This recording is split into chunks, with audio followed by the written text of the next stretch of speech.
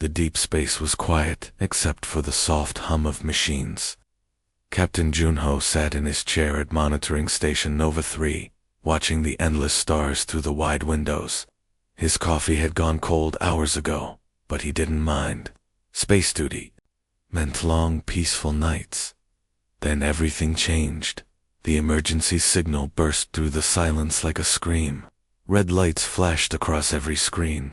The desperate voice came through, crackling with static, speaking in the universal trade language that all spacefaring species understood. This is Nexus 7 colony, ... under attack. They're taking our people. Please, someone help us. Hands moved fast across his controls. The signal was weak, coming from 3 star systems away. On his main screen, he could see the colony's basic information. Peaceful farmers and scientists. No weapons, no military. Just families trying to live quiet, lives on a distant world. The voice continued, getting weaker. Vorthok raiders, bioships everywhere. They're harvesting us like animals, ... If anyone can hear this, then silence. Junho stared at the screen. He knew about the Vorthok. Everyone in space did. They were like giant insects that flew through the galaxy in living ships, taking what they wanted. They ate other species, used them as slaves, or worse. Most civilized worlds paid them to stay away. His fingers moved to the communication panel. Protocol said he should report to the Galactic Council first. Let them decide what to do. That's how things worked in space. Committees would meet. Representatives would argue. Maybe in a few weeks, they'd send a small investigation team. But those people on Nexus 7 didn't have weeks. They had hours. Maybe less. Junho opened a direct channel to Fleet Admiral Minho. The older man's face appeared on screen, looking tired, but alert. Behind him, Junho could see the bridge of the flagship stationed near Earth's outer colonies. "Sir," Junho said, trying to keep his voice steady, "we have a code black distress call. Civilian population under attack by Vorthok raiders. Colony World Nexus 7, Sector 12. Admiral Minho's expression changed instantly. His tired eyes became sharp and focused. "Send me everything you have on that signal, Captain." "Already transmitted, sir." "The colony has maybe 10,000 people. Farmers, researchers, their families. No military support. The Vorthok hit them hard and fast." Minho studied the data flowing across his screens. Around him, other officers were already moving, checking ship positions and weapon status. "Time since last transmission?" 4 minutes, sir." Signal cut out completely. The Admiral was quiet for a moment. Junho could hear voices in the background, people getting ready for something big. Then Minho looked directly at him through the screen. "All available ships converge on Nexus 7. We deploy in 30 minutes. Sir Junho couldn't hide his surprise. "Shouldn't we contact the Galactic Council first? Get permission?" "Captain, those people are dying right now. While the Council sits in their comfortable chairs and debates, families are being torn apart. We'll ask for forgiveness later." Junho watched as Admiral Minho turned to his crew. "Alert. All ships in the sector. Emergency deployment. Combat readiness in 20 minutes. Tell them we have civilians under attack, and we're the only ones close enough to help." The bridge behind the Admiral became busy with activity. Officers ran between stations. Lights switched from normal blue to the red of combat alert. Junho could hear the ship's announcement system, calling all crew to battle stations. On his own monitoring station, Junho watched the tactical display light up with friendly signals. Human ships were changing course from all over the sector. Some had been on patrol duty. Others were coming back from trade missions. A few were leaving their guard posts at mining stations, all of them heading toward a small colony they'd never heard of, to save people they'd never met. Through his communication channel he heard other conversations. Ship captains asking for details, Marines checking their equipment, pilots warming up their fighters. Everyone moving fast, no questions asked. This was what made humans different, Junho realized. Other species would form committees, write reports, calculate costs and benefits. Humans just heard someone calling for help and answered. The Admiral's voice came through one more time. Captain Junho, maintain monitoring position. We'll need communication relay during the operation. And good work catching that signal. Yes, sir. Give them hell. Admiral Minho smiled grimly. We intend to. Space twisted and bent as human ships dropped out of hyperspace like hunting wolves. The massive battlecruiser Soul's Pride emerged first, its dark hull scarred from dozens of battles. Captain Hunwoo stood on the bridge, watching as more ships appeared around them in flashes of blue light. The destroyer, Bison's Hammer, materialized to their left, followed by the cruiser Daegu's Wrath. Captain Taeyong's voice crackled through the communication system from his destroyer squadron. Tiger Squadron, reporting for duty, sir. All ships ready for combat. Copy that. Tiger Squadron, Hyunwoo replied, checking his tactical display. More ships were arriving every few seconds. Some came from patrol missions near asteroid mining stations. Others had abandoned their cargo runs to answer the call. Falcon Squadron, report status. Captain Jisu's voice came through clear and strong. Falcon Squadron ready, sir. 6 destroyers, all weapons hot. We're reading 37 ships total, and more, still jumping in. Hyunwoo nodded, watching the growing fleet assemble around his flagship. These weren't the biggest ships in human space, but they were fast and crewed by people who knew how to fight. Most importantly, they were here now, not sitting in some committee room, arguing about paperwork. Lieutenant Suman sat at her communication station, listening to radio chatter from across the galaxy. Her screens showed dozens of channels, each one carrying conversations in different alien languages. She had learned to speak 7 different species' languages during her time in the fleet. Sir, she called out, turning toward Captain Hugh. I'm picking up Galactic Council communications. They're still in session, discussing the distress call. Still discussing. Hyunwoo walked over to her station. It's been 40 minutes since the signal went out. Suman nodded, pointing to her translation display. The Zentarian delegate is requesting a full impact assessment. The Corithian representative wants to know about legal jurisdiction. They're forming a subcommittee to study the situation. A new voice joined their conversation. It belonged to Ambassador Dalthic, a tall Zentarian with blue skin and 4 arms, who served as an observer on human military operations. He had been studying human behavior for the past year, trying to understand how their society worked. Captain Hunwoo, the alien said in his careful, measured voice. I must ask something that puzzles my people. Why do humans respond so quickly to distress calls? Your fleet assembled and deployed in less than 1 hour. My government would need at least 3 days to make such a decision. Hyunwoo looked at the alien observer, then at his crew working around the bridge. Marines were checking their weapons in the corridors. Engineers were running final tests on the ship's systems. Fighter pilots were climbing into their cockpits. Everyone moving with purpose and speed. Ambassador, he said simply, because someone needs help, and we can provide it. The Zentarian's large eyes blinked slowly. But what about cost analysis, risk assessment, impact studies? Surely you must consider these things before committing military resources. Lieutenant Suman looked up from her station. Sir, we're getting reports from the council chambers. The Altarian delegate is proposing they send a fact-finding mission to investigate the situation. Estimated departure time is 72 hours. 72 hours, Hyunwoo repeated. He turned back to Ambassador Dalthic. Those people on Nexus 7 don't have 72 hours. They probably don't have 72 minutes. The alien observer made a note on his electronic tablet. But how do you know the intervention will be successful?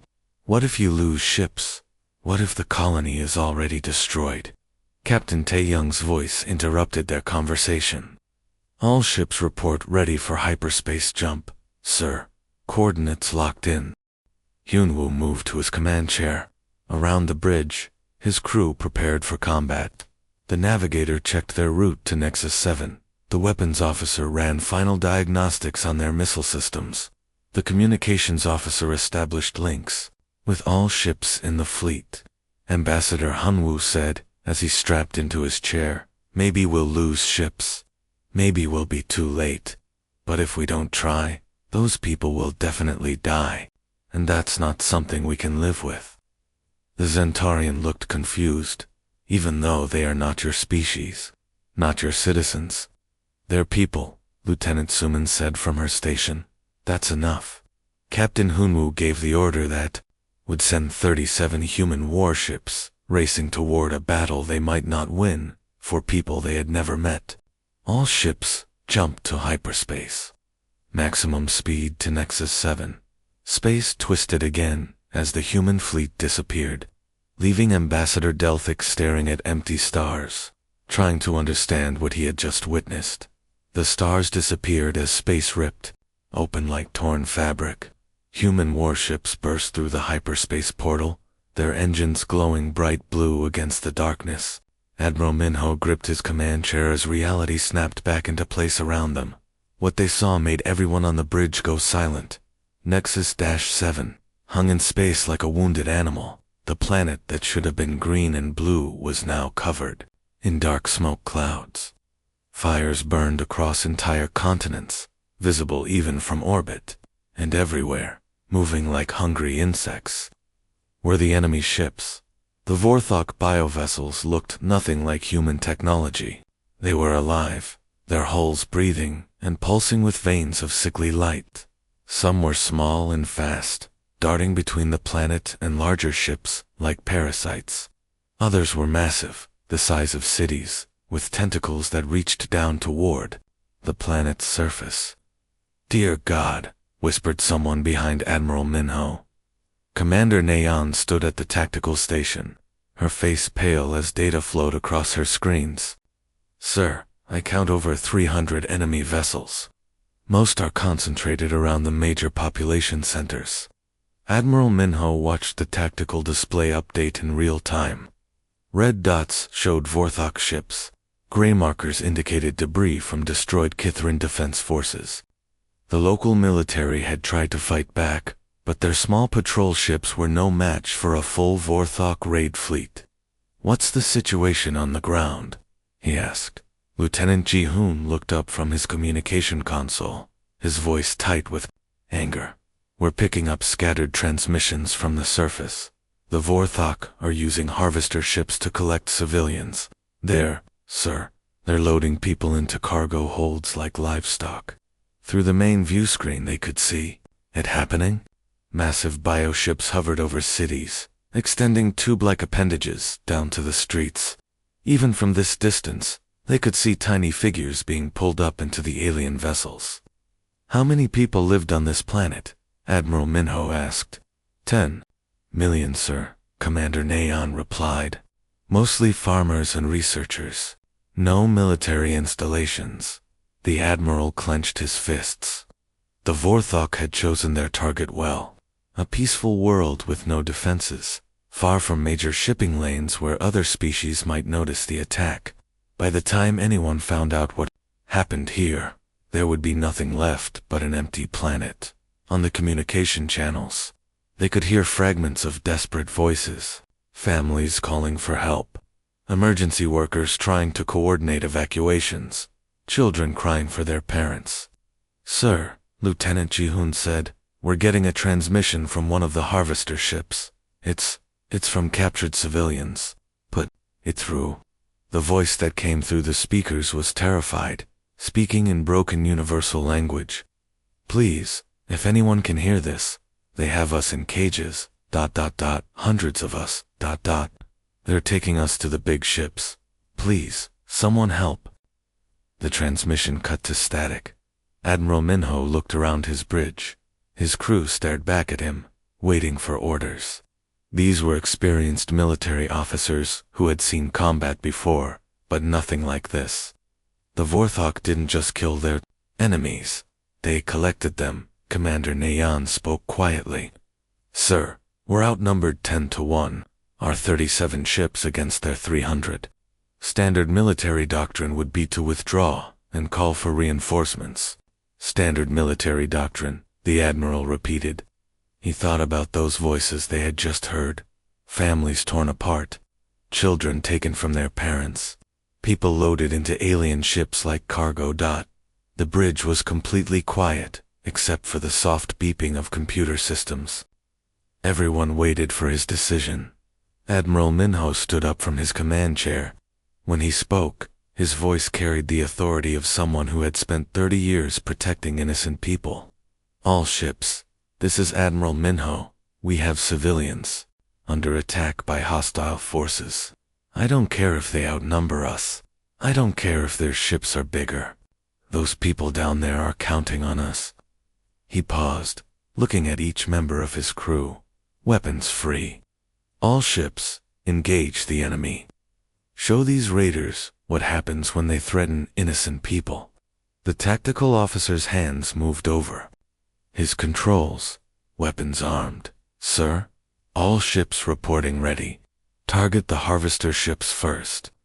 Priority is stopping them from taking more civilians. Commander Nayan smiled grimly. With pleasure, sir. The first human missile salvo lit up the darkness like a new sun. Dozens of trails of fire streaked toward the enemy fleet. The Vorthok bioships, which had been lazily collecting their prey, suddenly found themselves under attack. The battle for Nexus 7 had begun. The assault pods shot out from human warships like bullets fired from guns. Each small craft carried 12 Marines in full combat gear, racing toward the enemy fleet at incredible speed. From the bridge of distant observation ships, alien military experts watched in complete shock. They're flying directly into the enemy formation, gasped a Zentarian tactical advisor. That's suicide. But humans had learned to survive on a planet that tried to kill them every day. Earth was a world of storms, earthquakes, diseases, and predators. Most species in the galaxy came from peaceful worlds with gentle weather and friendly animals. Humans came from a place where everything wanted to eat them. Sergeant Wanho gripped his rifle as his assault pod spun through space, dodging enemy fire. Around him, his squad checked their weapons one final time. Private Yun adjusted her engineering kit. Corporal Seokjin tested his demolition charges. Everyone knew what they were about to face. 30 seconds to impact, called the pod's computer. Prepare for boarding action. Through the small window, Wanho could see their target growing larger. The Vorthok bioship looked like a giant insect made of metal and flesh. Its hull breathed like a living thing, covered in veins that pulsed with green light. Tentacles writhed around its edges, and weapon ports opened like hungry mouths. Remember, your training, Wanho told his squad over the radio. These ships are alive, so they'll try to heal damage we cause. Move fast, hit hard, and watch each other's backs. The assault pod slammed into the bioship's hull with tremendous force, its drill nose boring through the organic armor. Emergency. System screamed as the pod's cutting lasers melted through layers of living metal. Then, they were through. Wanho kicked open the pod door, and immediately wished he hadn't. The air inside the Vorthok ship was thick and poisonous, filled with chemicals that would kill most alien species in minutes. The corridors were made of something that looked like bone and muscle, pulsing with a heartbeat rhythm. Green acid dripped from the ceiling, and the floor felt spongy under their boots. Atmosphere is hostile, reported Private Yuna, checking her scanner. Good thing we brought our own air. Human environmental suits were designed for the worst conditions imaginable. They had to be, since humans came from a world where the air itself could be deadly in the wrong places. The squad moved deeper into the ship, following corridors that curved and twisted like the inside of some massive creature. Their helmet lights cut through the green gloom, revealing walls covered in strange growths and organic computers that pulsed with alien thoughts. "This place gives me the creeps," muttered Corporal Seokjin. "It's like being inside someone's stomach." "Stay focused," Wanho ordered. "Our job is to disable this ship and rescue any prisoners. The faster we work, the sooner we can get out of here." They reached a junction where 3 corridors met. Yuna knelt down and pressed her hand against the floor, feeling the vibrations running through the ship's living structure. "The nerve center should be that way," she pointed down the left corridor. "I can feel the main neural pathways running in that direction." As they moved forward, the ship seemed to notice their presence. The walls began to pulse faster, and new growths started, sprouting from the ceiling, reaching toward them like grasping fingers. "The ship knows we're here," warned Yuna. "It's trying to seal us in." That's when the Vorthok warriors attacked.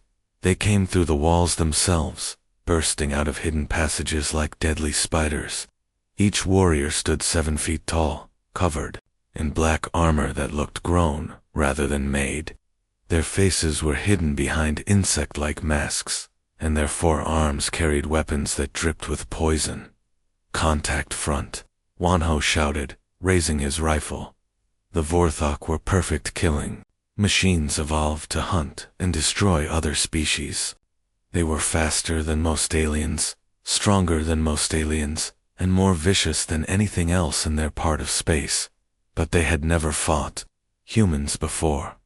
Wanho's squad moved like they had trained together for years, because they'd spread out automatically, using the corridor walls for cover while laying down overlapping fields of fire. Their weapons were designed to work in any environment, from the frozen vacuum of space to the crushing depths of ocean worlds. "Private?" Yuna rolled behind a bulge in the wall, her rifle spitting armor-piercing rounds. Corporal Seokjin tossed a flashbang grenade that filled the corridor with blinding light. The Vorthok warriors stumbled, their enhanced senses overloaded by the sudden brightness. "Move, move, move," Wanho ordered. His squad advanced through the confusion, their boots splashing through pools of acid that would have dissolved most alien equipment. Human gear was built tough, designed by people who lived on a world that tested everything to its breaking point. The Vorthok warriors fought back desperately, but they were facing something they didn't understand. Humans who thrived in conditions that should have killed them. Soldiers who had evolved to survive anything the universe could throw at them, in the depths of space. Other species watched the battle and began to understand why Earth was marked as a forbidden world on most star charts. Captain Minji watched her ship's hull temperature climb toward dangerous levels as Bizen's Fury raced through space at maximum speed. Her target was a massive Vorthok hive ship, 3 times the size of her destroyer, currently sucking up civilians from the planet below through horrible tentacle tubes. "Ma'am, collision course, locked in," reported her navigation officer. "Impact in 40 seconds." The bridge crew strapped themselves in tight. What they were about to do violated every rule of space combat taught in military schools across the galaxy. Alien commanders would call it wasteful, stupid, maybe even crazy. But Captain Mingi had grown up hearing stories from her grandfather about ancient Earth warriors who threw themselves at impossible odds. Sometimes the only way to win was to do something so unexpected that your enemy couldn't respond in time. "All hands, brace for impact," she announced over the ship's communication system. "We're going to show these raiders what human determination looks like." The Vorthok hive ship tried to turn away, but it was too big and slow. Bizen's Fury struck it right in the middle, the destroyer's reinforced bow cutting through organic armor like a knife through butter. The explosion lit up half the solar system as both ships broke apart, but Minji's sacrifice wasn't meaningless. The hive ship split in 2, releasing thousands of captured civilians who were quickly picked up by rescue shuttles. Her crew escaped in emergency pods, shouting victory cries as they watched their target die. Across the battlefield, Other human ships were fighting in ways that made alien observers shake their heads in disbelief. The damaged cruiser Soul's Pride, with half its weapons destroyed and engines failing, deliberately crashed into a cluster of enemy fighters. The explosion took out 12 Warthog vessels at once. Engineer Dong Wu worked frantically in the captured sections of a bioship, his hands covered in alien slime as he rewired organic circuits. The Warthog used living computers for their weapons, systems thinking no other species could understand their technology. They were wrong. Got it, Dong Wu shouted to his team. Their neural networks use the same basic principles as Earth octopus brains. I can make their own guns shoot at them instead of us. Within minutes, the hijacked bioship turned its weapons on its former allies. Warthog commanders screamed in confusion as their own vessels attacked them. Dong Wu grinned as he watched enemy ships destroy each other through his improvised control system. High above the planet, the orbital stations that served as docking ports for cargo ships had become desperate battlegrounds. Major Hyjin crouched behind an overturned hovercar as Vorthok warriors swarmed through the station's main corridor. How many civilians still need evacuation? She shouted over the sound of gunfire. About 300, ma'am, replied Sergeant Kiwan. They're trapped in the lower levels. Hyjin's Marines were outnumbered 50-1, but they held their ground anyway. They turned shopping centers into fortresses, using furniture and civilian vehicles as barriers. When they ran out of ammunition, they fought with maintenance, tools and pieces of broken machinery. The Vorthok couldn't understand what they were seeing. In their experience, outnumbered forces surrendered or ran away. These humans kept fighting even when victory was impossible, buying time for civilians to escape to the rescue ships. Why don't they retreat? Hissed a Vorthok commander to his warriors. They're going to die. But that's exactly why the humans stayed. Someone had to die so others could live, and they had volunteered for that job. Private Jinsu held a doorway against 6 Vorthok warriors, his rifle empty, but his determination unbroken. When his weapon stopped working, he picked up a piece of metal pipe and kept swinging. Behind him, the last group of civilian families ran toward the evacuation shuttles. You want to get to them? He yelled at the aliens. You have to go through me first. The Vorthok had conquered dozens of worlds, but they had never encountered anything like human stubbornness. These people fought like every battle was the last battle their species would ever fight. They used damaged ships as weapons, turned enemy technology against itself, and refused to surrender even when defeat was certain. In command centers across the Vorthok fleet, alien generals tried to understand what was happening. Their perfect raid was falling apart. Ships that should have been easy targets were ramming their vessels. Technology that had never failed them was being turned against them by primitive aliens. What kind of species are these humans? Demanded the Vorthok Supreme Commander. His intelligence officer checked the data files. They had stolen from other civilizations. According to our records, they come from a Class 12 death world. Extreme gravity, poisonous atmosphere, constant natural disasters, and thousands of predator species. The Supreme Commander's mandibles clicked with worry. No wonder they fight like this. They evolved in hell. As the battle raged on, it became clear that the humans weren't just fighting to win. They were fighting with the desperate fury of a species that had survived ice ages, plagues, wars, and extinction events. They had clawed their way from caves to spaceships, and they weren't about to let some space bugs stop them now. The Vorthok were learning a hard lesson about underestimating creatures from death worlds. The wounded Marine stumbled into the field medical station, green foam bubbling from his mouth, where Vorthok poison had entered his bloodstream. Most alien species would have been dead within minutes from the biotoxin, but Corporal Jin Yang was still conscious and talking.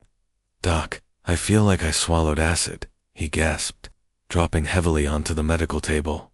Field medic Su Yang quickly scanned his vital signs while her mind raced through everything she had learned about Earth's traditional healing methods.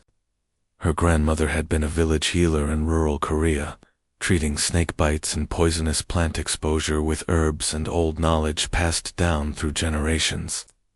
"The toxin is attacking your liver and kidneys," she said, preparing an injection. "But humans have survived thousands of different poisons back on Earth. Our bodies know how to fight back." She mixed a combination of synthetic compounds based on ancient detox remedies her grandmother had taught her. Green tea extracts to neutralize toxins, milk thistle to protect the liver, activated charcoal to absorb the poison. Things that alien medical computers would never think to try. "This might taste terrible," she warned, "but drink it all." Jin Yang downed the mixture and made a face like he had eaten something rotten. But within minutes, the green foam stopped coming from his mouth and his breathing became easier. "How did you know that would work?" he asked. Su Yang smiled while preparing another dose for the next wounded Marine. "My grandmother used to say that Earth tried to poison us for millions of years, so we learned to poison it right back.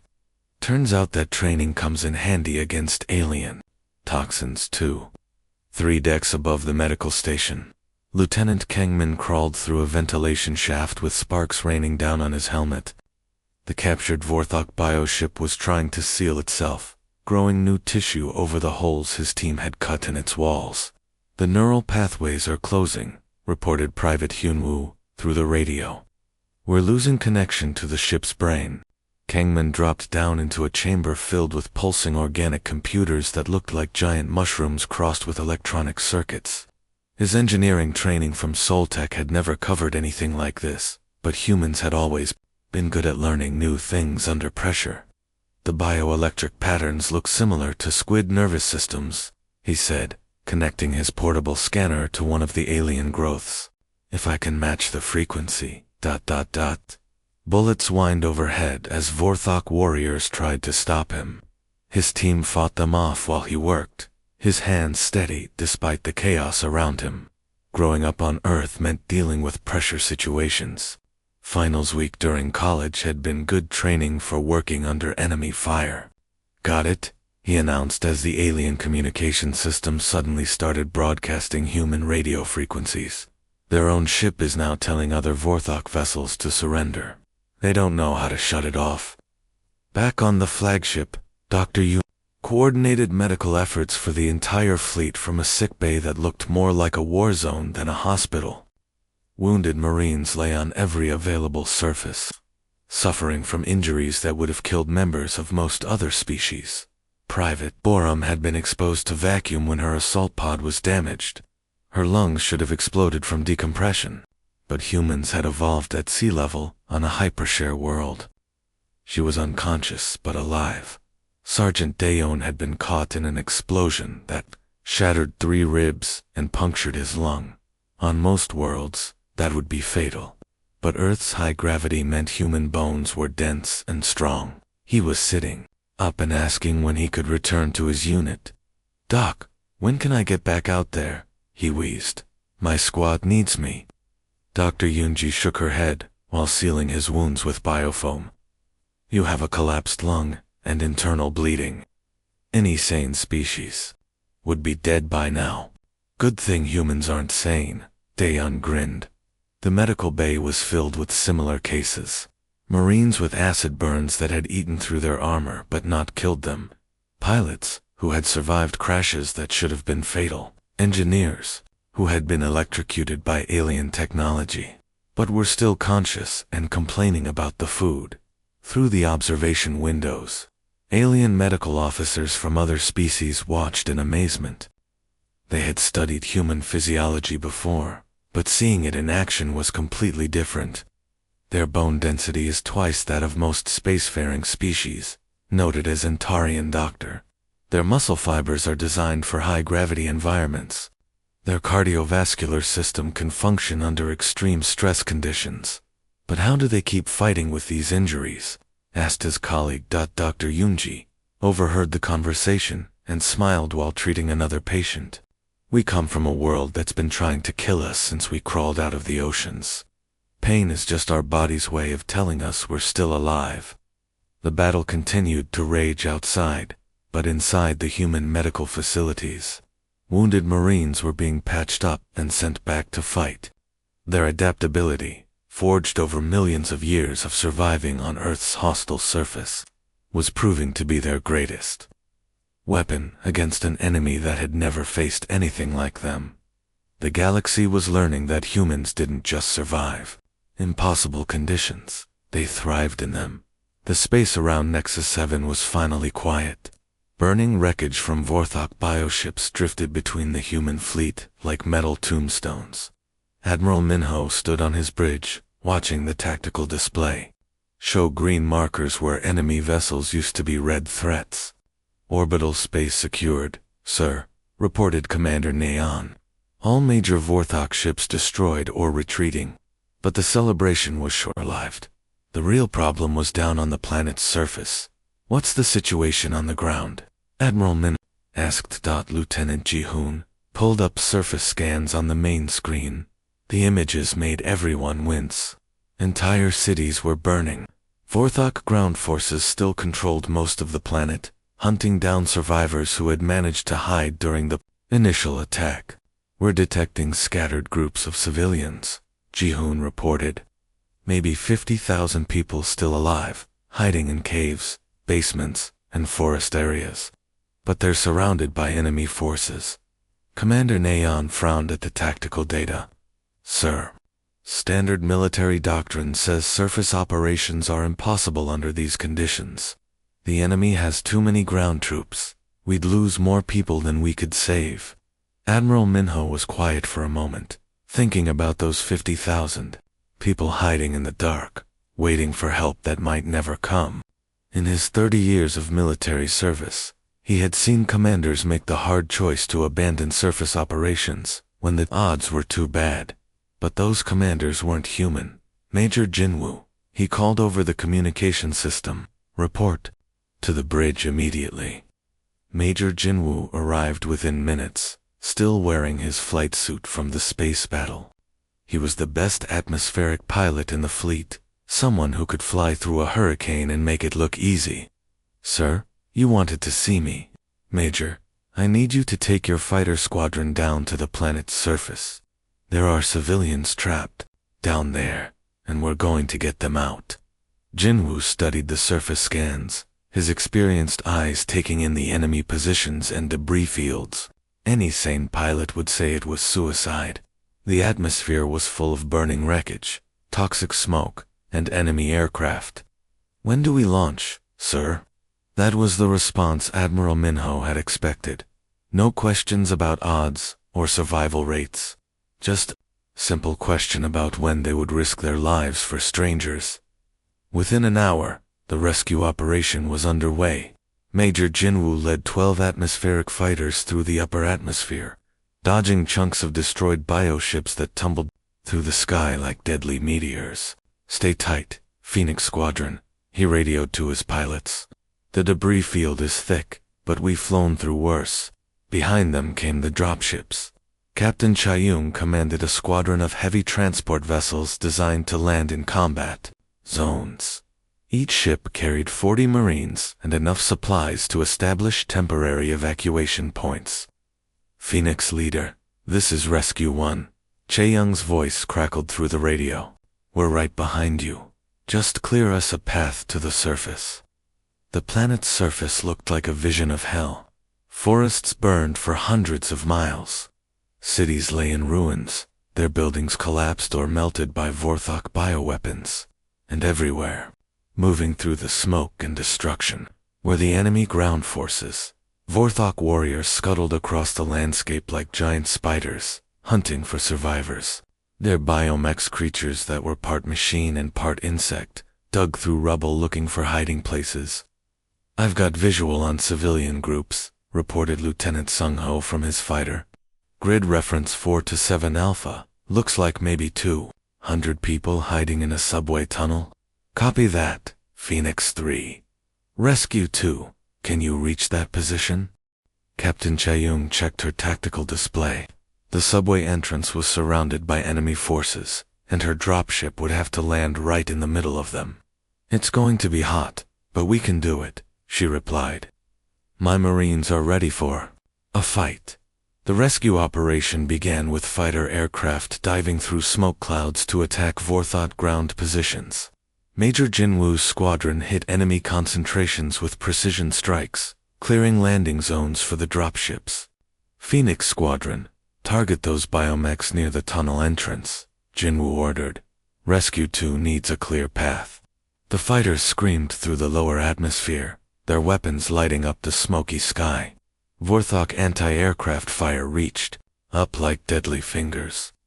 But human pilots had trained for this kind of flying since childhood. On Earth's dangerous weather systems, Chae-young's dropship touched down in a crater that had been a parking lot an hour before. Her Marines poured out with their weapons ready, immediately taking defensive positions around the landing zone. "Secure the perimeter," she ordered. "Get those civilians loaded as fast as possible." The Cathiran survivors who emerged from the subway tunnel couldn't believe what they were seeing. Human soldiers risking their lives in the middle of an active war zone, just to save people they had never met before. "Why are you doing this?" asked an elderly Cathiran father, carrying his injured daughter toward the dropship.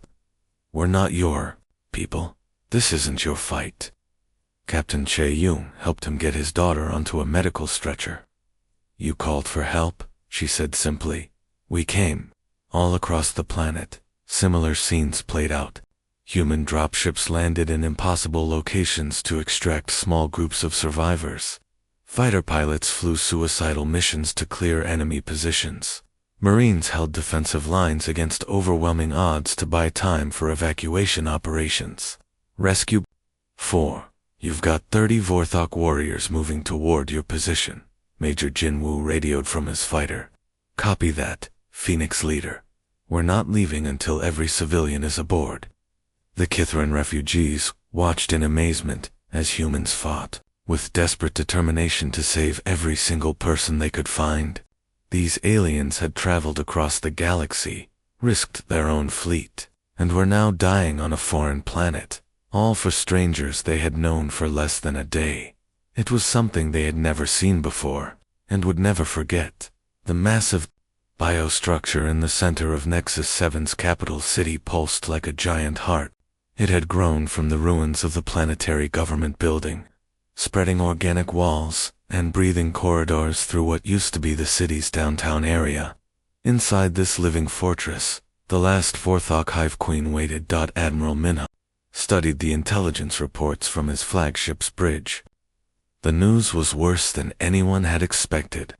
"She's got biobombs planted throughout the city," reported Commander Nayan, her voice tight with worry. "If we attack the hive directly, she'll detonate them. The entire planet will become uninhabitable for the next 1,000 years." The alien military advisors aboard the ship were already calculating retreat scenarios. A Zentarian general pulled up holographic charts showing acceptable loss percentages. "Admiral, we must consider withdrawal," the alien said in his careful, measured voice. "You have already saved 47,000 civilians. That is a remarkable success rate." "What about the other 3,000 still trapped in the city?" Admiral Minho asked. The Centaurian's forearms gestured at his calculations. "Acceptable losses under the circumstances. No military force can save everyone." But Admiral Minho wasn't looking at charts and percentages. He was thinking about 1,000 people hiding in basements and collapsed buildings, waiting for rescue. People who had heard the human promise that no one would be left behind. "Commander Jayan," he called over the communication system. "Report to the bridge." Commander Jayan arrived within minutes, still carrying his assault rifle and wearing armor scorched by enemy fire. He had spent the last 6 hours leading ground operations in the city, pulling civilians out of impossible situations. "Sir, you wanted to see me." Admiral Minho pointed to the biostructure on the tactical display. "That Hive Queen is holding the remaining civilians hostage. Intelligence says it's suicide to go in there." Jayan studied the readings, noting the organic defenses and bioweapon sensors throughout the structure. Any rational military commander would call it impossible. When do we attack, sir? That simple question made the alien advisors stare at him in shock. But Admiral Minho just nodded. He had expected that response from one of his officers. Take your best people. Small team only. If you can eliminate the Queen, the biobombs will become inactive. Within the hour, Commander Jaeon was leading a strike team through the smoking ruins of the city. His team consisted of only 12 Marines, the best fighters in the human fleet. Sergeant Suzy carried the team's heavy weapons, while Corporal Kung Su handled demolitions and tech support. The biostructure loomed above them like a nightmare made real. Its walls breathed with a slow, steady rhythm, and green fluid dripped from openings that looked like wounds. The whole thing stunk of decay and alien chemistry. Remember, Jaeon told his team as they approached the main entrance, this thing is alive. It's going to try to trap us, poison us, or crush us. Stay together and keep moving forward. The entrance sealed itself as soon as they stepped inside, organic walls flowing together like thick liquid. The corridors beyond pulsed with veins of sickly light, and the floor felt soft and spongy under their boots. Motion sensors are going crazy, reported Kung Su, checking his scanner. The whole structure knows we're here. They moved deeper into the hive, following corridors that twisted and curved like the inside of some massive creature. The walls tried to close behind them, but Suzy's plasma cutter kept their escape route open. Vorthok warriors emerged from hidden chambers, but these were different from the ones they had fought before. These were the Queen's personal guards, bigger and more heavily armored. The fighting was brutal in the narrow spaces, with no room for tactics or strategy. Contact left, Jaeon shouted, his rifle spitting fire at a warrior that dropped from the ceiling. Sergeant Suzy took a hit from alien claws that tore through her armor, but she kept fighting with grim determination. Blood ran down her arm as she reloaded her weapon. I'm fine, she growled when Kung Su tried to help her. Keep moving. The deeper they went, the more the hive fought back. Walls tried to crush them. Poison gas leaked from vents in the ceiling. Acid pools opened in the floor without warning.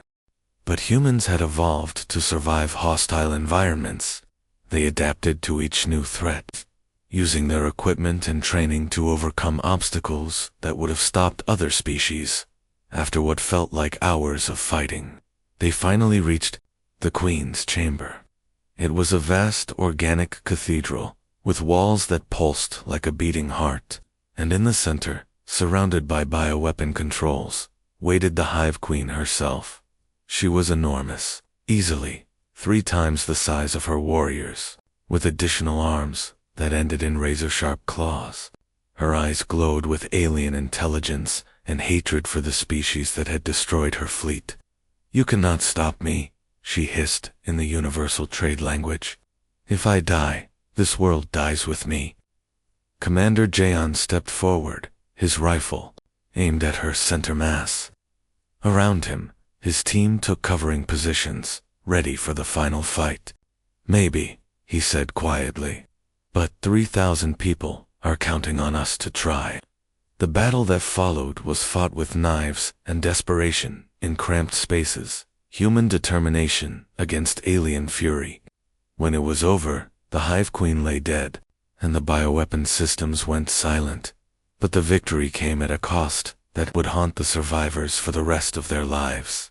Some prices were worth paying to save innocent lives, but that didn't make them any easier to bear. The last evacuation shuttle broke through Nexus 7's atmosphere, carrying the final group of survivors to safety. Captain Chae-young watched through her cockpit window as the damaged planet grew smaller behind them. Cities still burned across its surface, but they had done it. Every living person they could find was now aboard the human rescue fleet.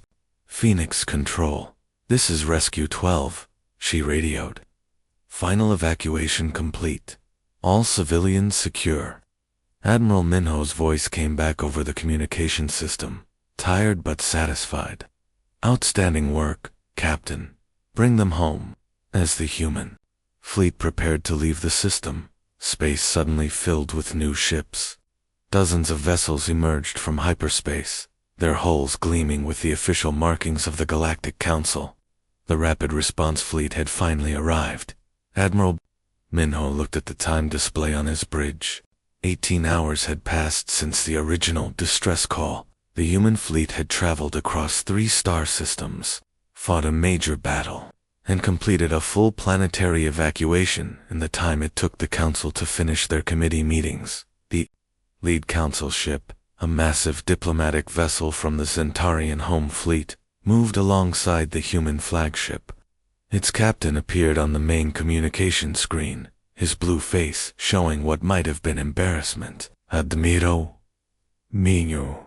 This is Council Fleet Commander Vex Steelen. We have come to investigate reports of unauthorized military action in this system. Minho looked around his bridge at his exhausted crew. Commander Neon's uniform was torn from helping with rescue operations. Lieutenant Ji-hoon had bandages on his hands from repairing damaged equipment. They had all worked without sleep for nearly a day straight. Commander, we responded to a civilian distress call, Minho replied calmly. The situation has been resolved. Without Council authorization, the alien commander pointed out. Your actions violated several interstellar treaties regarding intervention in non-human conflicts. Before Admiral Minho could respond, another voice joined the conversation. It belonged to Myong, a young Kithrin who had been elected to speak for the survivors. She had lost her family in the initial attack, but had helped coordinate rescue efforts from the human medical ships. Commander Vextalon, she said, her voice carrying the strength of someone who had seen her world burn and her people saved. With respect, where was the Council when we needed help? Where were your fleets when the Vorthok were loading our children into cargo ships? The Zentarian commander was quiet for a moment. Around him, other Council representatives shifted uncomfortably in their seats. The proper procedures require time, he finally said. Risk assessments, resource allocation, diplomatic considerations. Time we didn't have, Myong interrupted. The humans heard our call for help and came immediately. They didn't ask about treaties or procedures. They just came. Admiral Minho spoke into the growing silence. Commander, we heard someone calling for help. That's all we needed to know. Those simple words seemed to echo across the communication channels. In the background, they could hear other conversations as Council representatives tried to understand what they were witnessing. The human fleet looked nothing like the pristine vessels of the Council forces. Ships were scarred by battle damage. Hull plates were missing. Some vessels were held together by emergency patches and sheer determination. But every single refugee ship was intact, and every rescued civilian was alive. The Kithrin government formally requests to join the Human Defense Alliance, Myong announced, transmitting official documents to both fleets. We have seen what it means to have allies who will risk everything for strangers over the next few hours. As medical teams transferred the most seriously injured refugees to Council hospital ships, word of the battle spread across the galaxy's communication networks. The story grew with each telling, but the basic facts remained the same. A small human fleet had traveled across enemy territory to answer a distress call from people they had never met. They had fought against impossible odds, used tactics that violated every military manual, and refused to abandon anyone, no matter how dangerous the rescue became. In alien military academies, instructors tried to explain human tactics to their students. They fight like every battle determines their species' survival, one Centaurian general wrote in his report. They value individual lives over strategic objectives. It makes no logical sense, but it works. On distant worlds, other species began to reconsider their defense agreements. If something went wrong, if raiders attacked or disasters struck, who would come to help them? The Council with their committees and procedures, or the humans with their battered ships and stubborn refusal to abandon anyone? The answer was becoming obvious, as the human fleet finally jumped to hyperspace, carrying 50,000 grateful refugees to new homes. They left behind more than just a rescued population. They had left proof that in a cold, dangerous galaxy, there was at least one species that would cross any distance and face any odds to help those in need. That's what it truly meant to be human.